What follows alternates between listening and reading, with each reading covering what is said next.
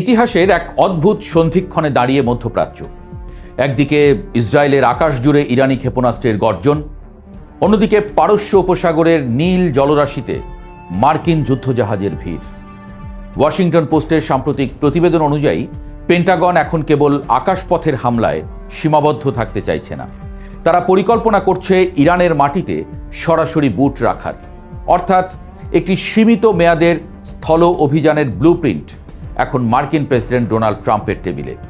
কিন্তু প্রশ্ন হলো, আমেরিকা কি সত্যিই সামরিক শক্তিতে ইরানকে চূর্ণ করতে যাচ্ছে, নাকি তেহরানের সুনিপুণভাবে পেতে রাখা কোনো এক দীর্ঘমেয়াদী ফাঁদে পা দিতে চলেছে হোয়াইট হাউস? ড্রোন বা ক্ষেপণাস্ত্র যখন আকাশ থেকে নামে, ইরান তখন পাল্টা আঘাত করে, কিন্তু যখন মার্কিন মেরিন সেনারা ইরানের মাটিতে পা রাখবে, তখন যুদ্ধের ব্যাকরণটা আমূল বদলে যাবে।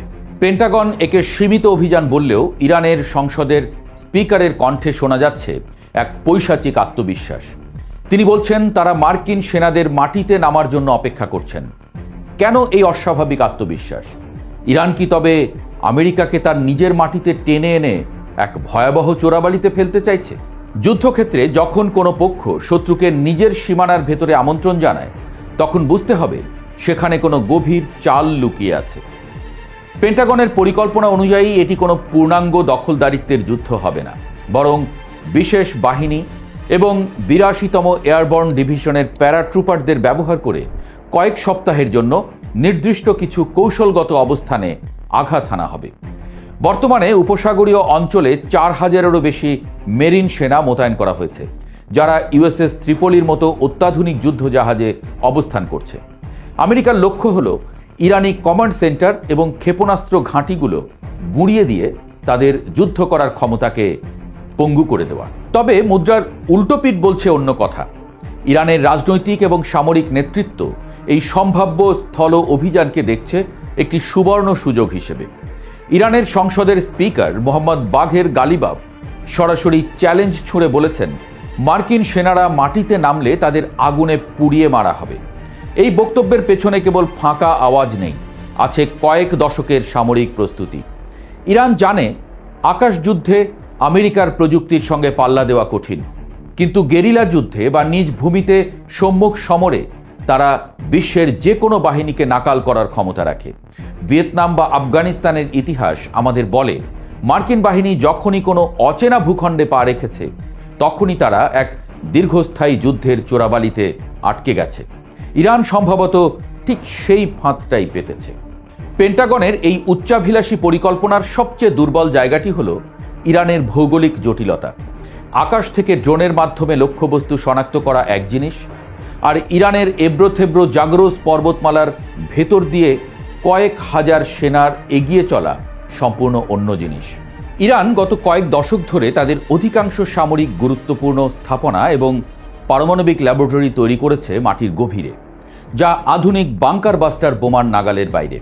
ফলে মার্কিন সেনাদের যদি এই লক্ষ্যবস্তুগুলো ধ্বংস করতে হয়, তবে তাদের পাহাড়ের গুহায় গুহায় ঢুকে লড়াই করতে হবে। সেখানে প্রতিটি পাথর, প্রতিটি সুড়ঙ্গ এক একটি মৃত্যুকূপ হয়ে উঠতে পারে। মার্কিন প্যারাট্রুপাররা যখন প্যারাশুট নিয়ে পাহাড়ি এলাকায় নামবেন, তখন তারা কার সাথে লড়ছেন তা দেখার আগেই হয়তো কোনো চোরাগোপ্তা হামলার শিকার হবেন। ইরানের রেভলিউশনারি গার্ডের কমান্ডোরা এই ভূখণ্ডকে হাতের তালুর মতো চেনে, যা কোনো মার্কিন স্যাটেলাইট ম্যাপের পক্ষে সম্ভব নয়। যুদ্ধ মানেই কেবল কার কত ট্যাঙ্ক বা যুদ্ধ বিমান আছে সেই দিন ফুরিয়ে গেছে। ইরান এখন অপ্রতিসম যুদ্ধ বা অ্যাসিমেট্রিক ওয়ারফেয়ারের বস। তারা জানে সরাসরি নৌ লড়াইতে আমেরিকার সপ্তম নৌবহরের সামনে তারা টিকতে পারবে না। তাই তাদের কৌশল হলো হাজার হাজার ছোট দ্রুতগামী নৌকা আর ড্রোন দিয়ে মার্কিন যুদ্ধজাহাজকে ব্যতিব্যস্ত রাখা। যখন মার্কিন মেরিন সেনারা ইরানের উপকূলে নামার চেষ্টা করবে, তখন তাদের কেবল নিয়মিত সেনাবাহিনীর মুখোমুখি হতে হবে না, বরং সাধারণ পোশাকে থাকা হাজার হাজার প্রশিক্ষণপ্রাপ্ত বাসিজ মিলিশিয়াদের সাথে লড়তে হবে। এরা মার্কিন সেনাদের জন্য কোনো সুনির্দিষ্ট ফ্রন্ট লাইন রাখবে না। এক পাহাড় থেকে গুলি করে অন্য পাহাড়ে মিলিয়ে যাওয়া, এই যে ইঁদুর বিড়াল খেলা, এতে আমেরিকান সেনারা একসময় ক্লান্ত হয়ে পড়তে বাধ্য। পেন্টাগন একে কয়েক সপ্তাহের অভিযান বললেও এই ধরনের সংঘাত খুব দ্রুতই মাসের পর মাস ধরে চলা রক্তক্ষয়ী যুদ্ধে রূপ নেয়। পুরো আলোচনার সবচেয়ে সংবেদনশীল অংশটি হলো অর্থনীতি। ইরান তাদের হরমুজ প্রণালী বন্ধ করার যে হুমকি দিচ্ছে তা কেবল ফাঁকা বুলি নয়। প্রতিদিন বৈশ্বিক চাহিদার প্রায় 20% তেল এই সরু পথ দিয়ে পরিবাহিত হয়। যদি আমেরিকা স্থল অভিযান শুরু করে তবে ইরান এই জলপথটিকে কার্যত একটি নো গো জোন বা নিষিদ্ধ এলাকা বানিয়ে ছাড়বে। ইরান যখন জাহাজ প্রতি $20 লাখ টোল আদায়ের ঘোষণা দেয় তখন তারা আসলে পুরো বিশ্বের পকেটে হাত দেয়। ব্যারেল প্রতি তেলের দাম যদি এখনকার দ্বিগুণ হয়ে যায় তবে তার প্রভাব গিয়ে পড়বে প্রতিটি সাধারণ মানুষের উপর। তেলের দাম বাড়লে পরিবহন খরচ বাড়বে, আর পরিবহন খরচ বাড়লে চাল ডাল থেকে শুরু করে প্রতিটি নিত্য প্রয়োজনীয় জিনিসের দাম আকাশচুম্বী হবে। আমেরিকার ওহাইও বা টেক্সাসের কোনো সাধারণ ভোটার যখন পাম্পে গিয়ে তেলের অস্বাভাবিক দাম দেখবে তখন ট্রাম্পের প্রতি তাদের সমর্থন কতটুকু থাকবে তা নিয়ে খোদ হোয়াইট হাউসের ভেতরেই সংশয় রয়েছে। পাশ্চাত্যের সমরবিদরা প্রায়শই একটি বিষয় ভুলে যান। ইরানের রাজনৈতিক শক্তি কেবল বন্দুকের নলে নয়, বরং তাদের আকিদা বা বিশ্বাসের উপর দাঁড়িয়ে আছে। শিয়া ধর্মতত্ত্বে শাহাদাত বা দেশের জন্য জীবন দেওয়াকে পরম প্রাপ্তি হিসেবে দেখা হয়। যখন মার্কিন ড্রোন বা ক্ষেপণাস্ত্র আকাশ থেকে নামে ইরান তখন একে কেবল আগ্রাসন হিসেবে দেখে, কিন্তু যখন মার্কিন সেনারা সরাসরি ইরানের মাটিতে পা রাখবে তখন সেটা সাধারণ ইরানিদের কাছে এক পবিত্র যুদ্ধে পরিণত হবে। যে ইরানিরা হয়তো দ্রব্যমূল্য বৃদ্ধি বা ব্যক্তি স্বাধীনতার প্রশ্নে নিজেদের সরকারের উপরে ক্ষুব্ধ ছিল, বাইরের শত্রুর বুটের শব্দ শুনে তারা মুহূর্তেই সরকারের সাথে একাত্ম হয়ে যাবে। আক্রমণকারীর বিরুদ্ধে দেশপ্রেমের এই যে আগুন, এটি তেহরানের সবচেয়ে বড় প্রতিরক্ষা। মার্কিন নীতি নির্ধারকরা হয়তো ভাবছেন তারা সরকারকে দুর্বল করবেন, কিন্তু বাস্তবে তারা হয়তো ইরানিদের জাতীয়তাবাদকে আরও উস্কে দিয়ে বর্তমান শাসন ব্যবস্থাকে আরও দীর্ঘস্থায়ী করার পথ করে দিচ্ছেন। আমেরিকা যদি ইরানে স্থল অভিযান চালায় তবে তেহরান চুপ করে বসে থাকবে না, এটা নিশ্চিত।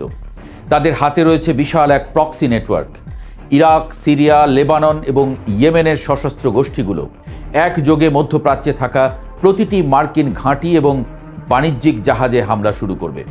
এর মধ্যে সেটা শুরুও হয়েছে যদিও, অর্থাৎ যুদ্ধ কেবল ইরানের সীমানায় আটকে থাকবে না, এটি পুরো মধ্যপ্রাচ্যকে একযোগে পুড়িয়ে ছারখার করবে। সৌদি আরব বা আমিরাতের তেল স্থাপনাগুলো ইরানি ড্রোনের নিশানায় পড়লে বিশ্ব অর্থনীতিতে যে ধস নামবে তা সামলানোর ক্ষমতা ট্রাম্প প্রশাসনের নেই বললেই চলে। ইরান সম্ভবত ঠিক এই বহুমুখী সংকটের ফাঁদটাই পেতেছে।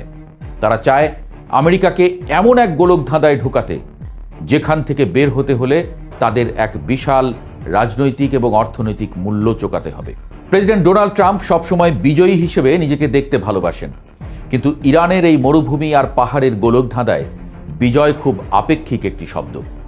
আমেরিকা হয়তো অনেক এলাকা গুঁড়িয়ে দেবে, অনেক স্থাপনা ধ্বংস করবে, কিন্তু দীর্ঘমেয়াদে তারা কি ইরানকে নিয়ন্ত্রণে রাখতে পারবে? ইতিহাস বলে মার্কিন সেনারা যখন কোনো মুসলিম সংখ্যাগরিষ্ঠ দেশে দীর্ঘমেয়াদী অভিযানে গেছে তারা একসময় জনরোষের মুখে ফিরে আসতে বাধ্য হয়েছে। ইরানের সংসদের স্পিকারের এই রহস্যময় হাসি আসলে পেন্টাগনের প্রতি একটি প্রচ্ছন্ন বিদ্রূপ। তারা জানে আসাটা সহজ, কিন্তু বের হওয়াটা বড্ড কঠিন। আমেরিকা কি সত্যি ইরানের পেতে রাখা এই গেরিলা এবং অর্থনৈতিক ফাঁদে পা দিয়ে নিজেদের আধিপত্যের পতন ত্বরান্বিত করবে? এই প্রশ্নের উত্তর হয়তো খুব শীঘ্রই বিশ্ববাসী জানতে পারবে। যুদ্ধ বন্ধ হোক।